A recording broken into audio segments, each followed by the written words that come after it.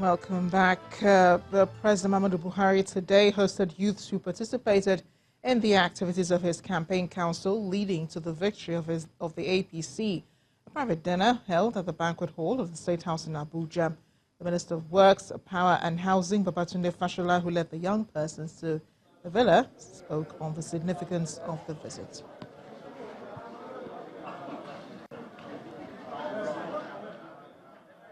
Away from local issues, former lawyer to U.S. President Donald Trump says the president knew beforehand about the leak of hacked Democratic emails during the election campaigns. The 52-year-old who gave his testimony before Congress will start a 3-year prison term in May for the campaign finance violation of paying hush money to one of Mr. Trump's alleged mistresses, tax evasion and lying to Congress. Trump has responded to Cohen's claims, saying he's lying to reduce his prison time. Let's go over now to Joyce Ohaja in London for Around the World in 5. Good evening. Our top story tonight, there has been a dramatic rise in the risk of ever more serious conflict breaking out between nuclear-armed India and Pakistan. Aerial attacks across the line of control dividing Indian and Pakistani-controlled Kashmir are the first since a war in 1971. Isabel Morgan reports. On the same day, the two sides exchanged artillery fire in more than a dozen locations along their contested border in Kashmir. There have also been more airstrikes. Indian Air Force A spokesman for the Pakistani Armed Forces said 2 Indian jets flying in Pakistani airspace had been shot down and showed images of a reported captured Indian pilot. India's foreign ministry claimed to have downed 1 Pakistani plane with the loss of one of its own fighter jets and has demanded the immediate return of its airmen. As the crisis threatens to intensify, there have been calls for the tensions to be diffused. India's Foreign Minister Sushma Swaraj spoke during an official visit to China. India does not wish to see further escalation of this situation. India will continue to act with responsibility and restraint. And in an address to the nation, Pakistani Prime Minister Imran Khan called for urgent talks instead of conflict. World history tells us there are miscalculations in wars. But my question to the Indian government is, given the arms that we and you have, can we afford any miscalculation? But on the streets of Lahore in Pakistan, it is clear passions continue to be inflamed. For the first time in history, 2 nuclear powers have ordered airstrikes against each other. Isabel Morgan, Channels Television News. Both President Trump and Kim Jong-un are in Hanoi ahead of this week's much-anticipated summit meeting. And even before the leaders actually met, their presence in the Vietnamese capital was the center of a media storm. Please be advised that this coverage contains flash photography. This was the moment the cameras were waiting for. And although it was more of a photo opportunity in Hanoi's Metropole Hotel, there was time for the briefest of comments. Great relationship. I think it will be very successful. We look forward to it. We both do. A little later, President Trump was more expansive. I say it to anybody that wants to listen. I think that your country has tremendous economic potential. Then the leaders and their aides sat down to dinner. It will be Thursday before the serious business of the summit begins. But from the moment Air Force One touched down, the American president had already been busy. He met his counterpart, Wen U-trong, and signed sales agreements. And told Vietnamese Prime Minister Nguyen Xuan Phuc of his hopes for the summit and for the future of North Korea.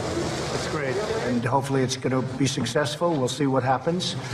But he wants to do something great also, and I think he wants to do something that would be on a par. If you look at what you've done in a short time, he can do it in a very, very rapid time, make North Korea into a great economic power. They are hopes apparently shared by a local artist.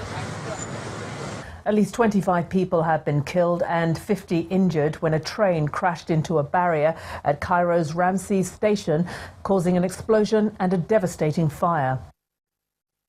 The impact of the crash and the deadly blaze that then engulfed the derailed train was obvious. Eyewitnesses said the platform had been crowded with people waiting for another train when the accident happened, adding to the toll of dead and injured. Security sources said there was no indication that the crash was deliberate, and an investigation is underway to determine the cause. At least 45 people have been buried and an unknown number feared to have been killed in the collapse of an illegal gold mine on the island of Sulawesi in Indonesia. Rescuers said they could hear the voices of some of those trapped in makeshift mining shafts and believe many were still alive. Survivors were taken to a nearby hospital where anxious relatives waited for news. The Indonesian government has banned such small-scale gold mining, although regional authorities often turn a blind eye to the practice in more remote areas. With little regulation, such mines are prone to accidents. And finally, a tall story from Prague Zoo. This young giraffe was unable to stand at birth, but now has stepped out in public for the first time. Baby giraffes normally walk 30 minutes after birth, but this yet-to-be-named young male needed days of therapy.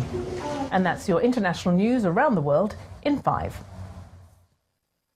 It's time now for sports news. Here's Olumide Macaulay.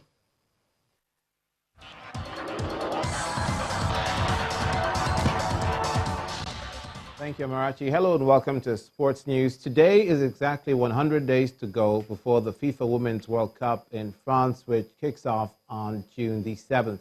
The 9 host cities, including Grenoble, Le Havre, Lyon, Montpellier, Nice, Paris, unveiled their posters for the tournament. The posters represent their engagement and highlight their identity and everything they have to offer. Each city staged a mass penalty shootout with tournament's mascot playing the role of goalkeeper for the occasion.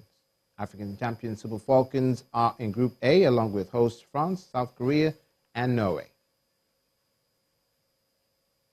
World Football Governing Body FIFA say they are investigating the transfer payment for Emiliano Sala after Nantes made a claim against Cardiff City.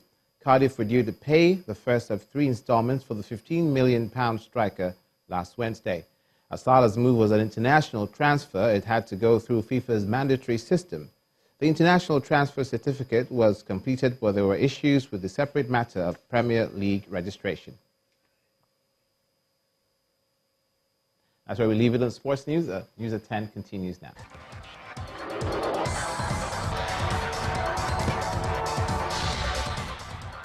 And the main news again, President Muhammadu Buhari and Vice President Yemi Osinbajo have received certificates of return from INEC, with the President promising to run an all-inclusive government. PDP flag bearer Atiku Abubakar has rejected results of the presidential election, describing the process as a sham that cannot stand. He said he will reveal his next line of action in the coming days. That's the news at 10 tonight. Thank you for watching. I am Amarachi Ubani. Good night.